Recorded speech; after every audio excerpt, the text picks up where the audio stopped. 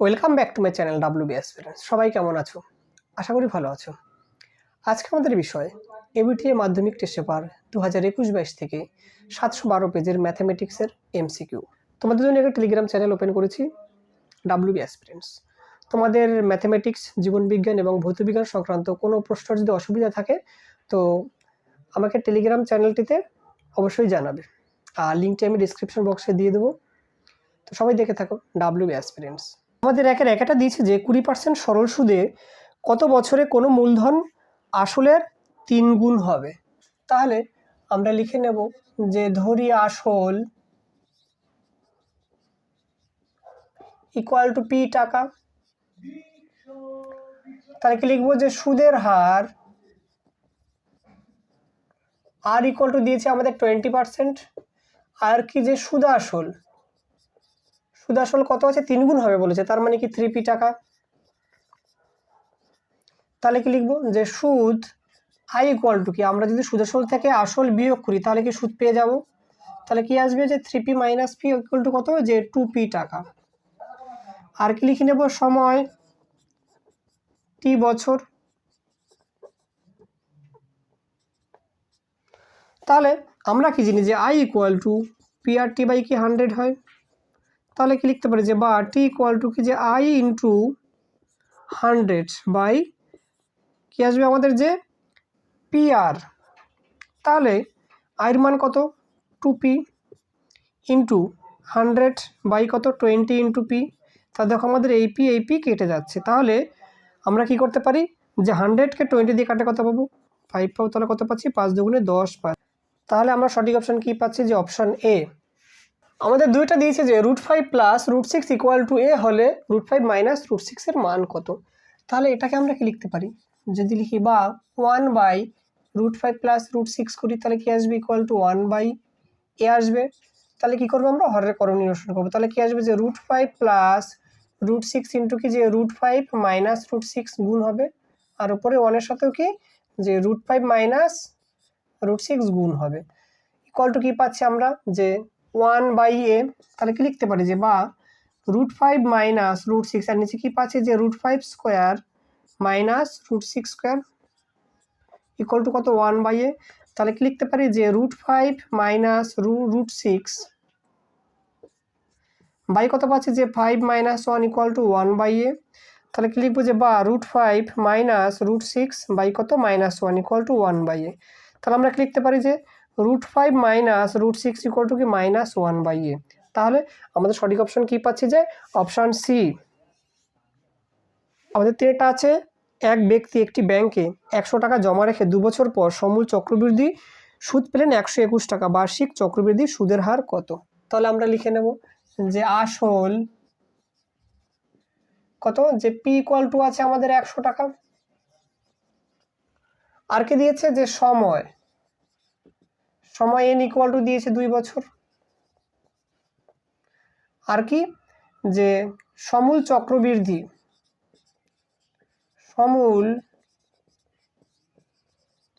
Equal to কত যে 121 টাকা। তাহলে আমাদের বের করতে দেওয়া হয়েছে কি যে সুদের হার। তাহলে কি লিখবো যে সুদের হার ইকুয়াল টু r%। তাহলে আমরা কি জানি যে সমূল চক্রবৃদ্ধির সূত্র কি যে P into 1 plus R by 100 to the power কি এন হয়।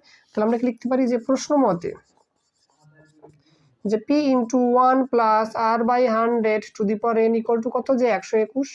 তাহলে পির মান কত পাচ্ছি যে 100, 1 প্লাস কি আছে আমাদের যে আর বাই 100 আসবে 2 কত 121।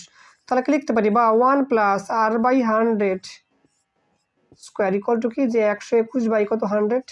তো আমরা কি লিখতে পারি যে বা 1 plus R by 100 square equal to কত পাচ্ছি যে 11 বাই 10 স্কোয়ার। তাহলে আমরা কি লিখতে পারি যে বা 1 plus R by 100 equal to কত 11 বাই 10। তাহলে আমরা কি লিখতে পারি যে বা আর বাই 100 ইকুয়াল টু কি 11 বাই 10 মাইনাস কত 1। তাহলে কি লিখতে পারি যে বা আর বাই 100 ইকুয়াল টু কি পাচ্ছি যে লসাগু করলে কত 10। তাহলে 11 মাইনাস 10, তাহলে কি পাচ্ছি যে বা আর বাই 100 ইকুয়াল টু কত 1 বাই 10। তাহলে এখান থেকে আমরা কি লিখতে পারি যে বা আর ইকুয়াল টু 100 বাই কত 10। তাহলে কেটে দিলে কত 0, সুতরাং আর ইকুয়াল টু কত পাচ্ছি যে আমরা 10%। তাহলে আমরা সঠিক অপশন কি পাচ্ছি, যে অপশন এ। আমাদের চারটা দিয়েছে যে ত্রিভুজ এবিসি এর লম্ববিন্দু কোণ বিওসি ইকুয়াল টু 110 ডিগ্রি হলে বিএসি এর মান কত। দেখো আমরা কি একটা ত্রিভুজ অঙ্কন করলাম এবিসি, এবং দেখো এদেরকে লম্ববিন্দুটা কি হচ্ছে ও। তাহলে আমরা কি পাচ্ছি, আমরা জানি যে কোনো ত্রিভুজের যদি বাহুগুলি লম্ব সমদ্বিখণ্ডক অঙ্কন করি তাহলে তারা যে বিন্দুতে মিলিত হয় সেটি কি, যে ত্রিভুজটির কি পরিকেন্দ্র পাওয়া যায়। তাহলে কি আমরা এবার একটা বৃত্ত এঁকে নেব, পরিবৃত্ত অঙ্কন করলাম। তাহলে দেখো আমরা কি পাচ্ছি, যে কোণ বিওসি কি, যে কেন্দ্রস্থ কোণ, আর পরিধিস্থ কোণ কি পাচ্ছি, যে আমরা বিএসি। তাহলে কি লিখতে পারি, যে অ্যাঙ্গেল বিওসি ইকুয়াল টু কি, যে কেন্দ্রস্থ কোণ, আর কি, যে অ্যাঙ্গেল বিএসি ইকুয়াল টু কি লিখবো, যে পরিধিস্থ কোণ।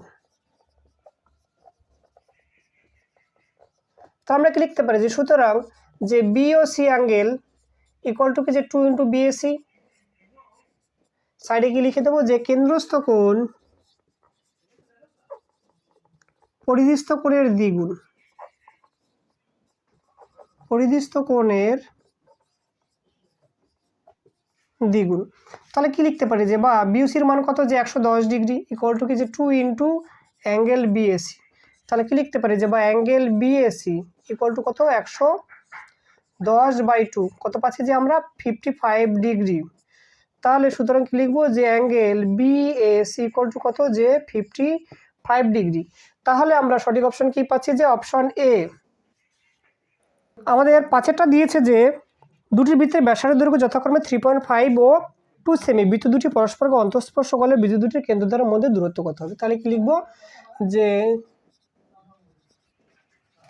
বৃহত্তর বৃত্তের ব্যাসার্ধ কত দিয়েছে, কত 3.5 সেমি, আর ক্ষুদ্রতর বৃত্তের ব্যাসার্ধ দিয়েছে কত, 2 সেমি। ক্ষুদ্রতর বৃত্তের ব্যাসার্ধ ইকুয়াল টু কি, যে 2 সেমি। আমরা কি জানি, দুটি বৃত্ত পরস্পরকে কি অন্তঃস্পর্শ করবে তখন তাদের কেন্দ্র দূরত্ব কি হয়, যে দুটির ব্যাসার্ধের বিয়োগফলের সমান। তাহলে কি লিখবো, যে বৃত্ত দুটি অন্তঃস্পর্শ করলে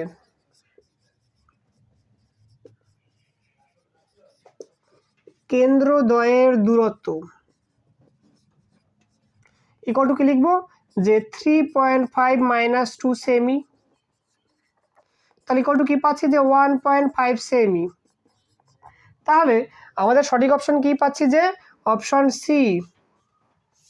আমাদের 12টা দিয়েছে যে একটি নিরেট ঘনকের ধারগুলির দৈর্ঘ্যের সমষ্টি হচ্ছে 36 সেমি। তাহলে ঘনকটির আয়তন কত। তাহলে কি লিখবো, যে ধরি ঘনকের একটি ধারের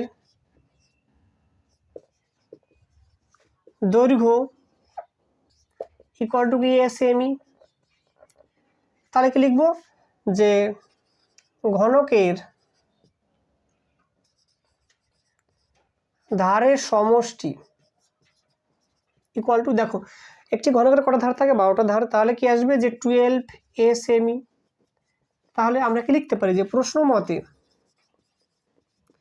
এই যে 12 দেখো আমাদের বলা আছে কি, যে ধারের সমষ্টি 36। তাহলে কি লিখতে পারি আমরা, 12 ইকুয়াল টু কত, 36। তাহলে কি লিখবো, যে বা এ ইকুয়াল টু কত, যে 36/12। তাহলে কত পাচ্ছি, 3 পাচ্ছি। সুতরাং এ ইকুয়াল টু 3। আর আমাদের বের করতে দিয়েছে ঘনকের আয়তন। তাহলে কি লিখবো, সুতরাং ঘনকের আয়তন ইকুয়াল টু কি পাবো, যে a কিউব ঘন সেমি। তাহলে কি পাচ্ছি, যে 3 কিউব ঘন সেমি। তাহলে কি আসবে, 27 ঘন সেমি। তাহলে আমাদের সঠিক অপশন কি পাচ্ছি, যে অপশন এ। ডিয়ার স্টুডেন্ট, যদি ভিডিও ভালো লেগে থাকে তো অবশ্যই লাইক করবে, আর চ্যানেলটি যারা নতুন তাদের কিন্তু সাবস্ক্রাইব করার জন্য। সবাই ভালো থাকো, সুস্থ থাকো, দেখা হচ্ছে পরবর্তী ভিডিও।